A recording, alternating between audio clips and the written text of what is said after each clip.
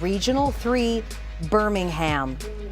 Your number 1 seed in that region, the Texas Longhorns. Texas, one of the toughest defensive teams in the country, and they have one of the best young talents in the country in Madison Booker. The SEC Player of the Year, averaged 16 points a game.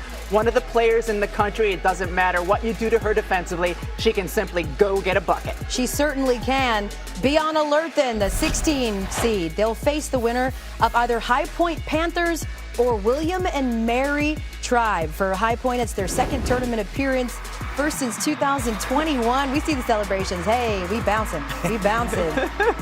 And for William and Mary, their first tournament appearance in program history. Congratulations to Coach Erin Dickerson-Davis in her third season leading her team for the first time to the tournament. Next up, our 8-9 matchup, your 8 seed in Birmingham 3, Illinois Fighting Illini.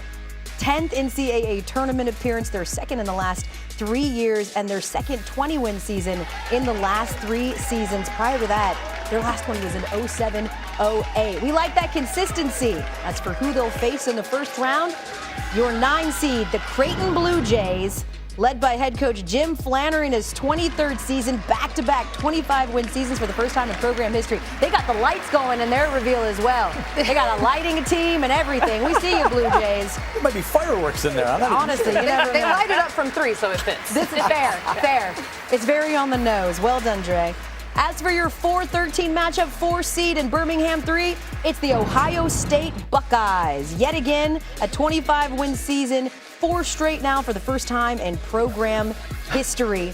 And you see Cody McMahon, first team All Big Ten, leads the team in points per game. As for their matchup, they'll face the 13-seeded and Big Sky champion, Montana State Bobcats. First 30-win season in program history. They have to, I think, take the cake for biggest crowd at the reveal party. Look at the watch party. So much support.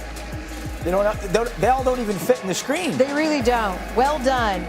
They say everything's bigger in Montana than they mean in it. the front. They got it all. There it is. That is your 4-13 matchup. As for your 5-12 matchup, 5 seed in Birmingham 3, Drea, it's the Lady Vols. Yeah, this is a Tennessee team that leads the country in points per game off of turnovers. Okay, there's the squad. There's the squad.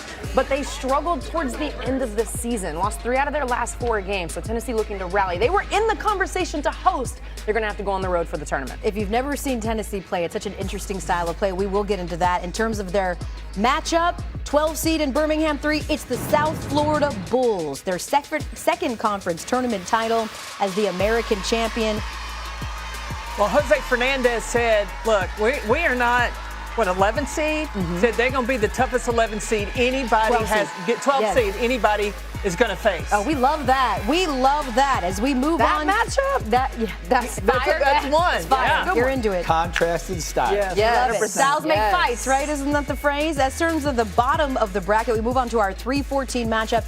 Number 3, it's the Notre Dame Fighting Irish. A little bit of a surprise here that they fell to the 3-line, Charlie. Yes, I thought they would be a 2. They were number 1 in the country, as you mentioned, Al, just a few weeks ago. They fall to a 3. I think the time off is really going to help them to get them to regroup after that tough finish to the season. They've got Hannah Hidalgo, the ACC Player of the Year, 4th in D1 in scoring. In terms of who they'll face, at the 14th seed, it's the Southland Conference champions. It's Stephen F. Austin. We see ya, the Lady Jacks. How y'all doing? You hear us? There we go. Just a little bit of a delay. We love it. Congratulations. That 3-14 matchup, a game that we'll see on Friday. In terms of our 6-11 matchup, 6 seed in Birmingham 3, it's the Michigan Wolverines. And they lean on youth. 57% of their points come from freshmen, which is most in D1. They have 20 wins in 13 of their last 14 seasons. The consistency. And you see the celebration there from Ann Arbor as they get that 6 seed. And they'll face, in their matchup, 11-seeded Iowa State Cyclones or the Princeton Tigers. Iowa State, 23rd tournament appearance. They, of course, have Audie Crooks, who captured the nation last year, all Big 12 first team, facing Princeton, and their 12th NCAA tournament appearance, representing for the Ivy League. That game we'll see on Friday. Your 2-15 matchup in Birmingham 3 in that 2 seed, it's TCU. 31 wins, first 31 season in program history, CP. Congratulations to Mark Hamill, Big 12 Coach of the Year. Look, he had 10 players on his team that were transfers out of the 14, and he was able to go on and win the Big 12 championship. Look at that crowd. Congratulations, Horned Frogs. Just so much That's support there. That is a crowd. crowd right there. They'll face in their 15 seed Fairleigh Dickinson, making their first NCAA tournament appearance. Congratulations. Ladies, you are dancing quite literally and figuratively. That's your 2-15 matchup in Birmingham. And we close it out here in Birmingham 3 with our 7-10 matchup. Sitting in that 7 seed, it's the Louisville Cardinals with head coach Jeff Walz in his 18th season, making their 14th straight tournament appearance. They will face at the 10th position, Nebraska Cornhuskers, leading the big team in threes made per game. 17th straight tournament appearance for those Huskers. And again, Regional 3 Birmingham. Let's take a full look at that bracket. Your 1 seed on that side is Texas. But I think when you look at this bracket, at least our reaction for the most part has been Notre Dame, a team who 21 days ago were #1 in AP and now fall to the 3 line. Just your reaction at their path.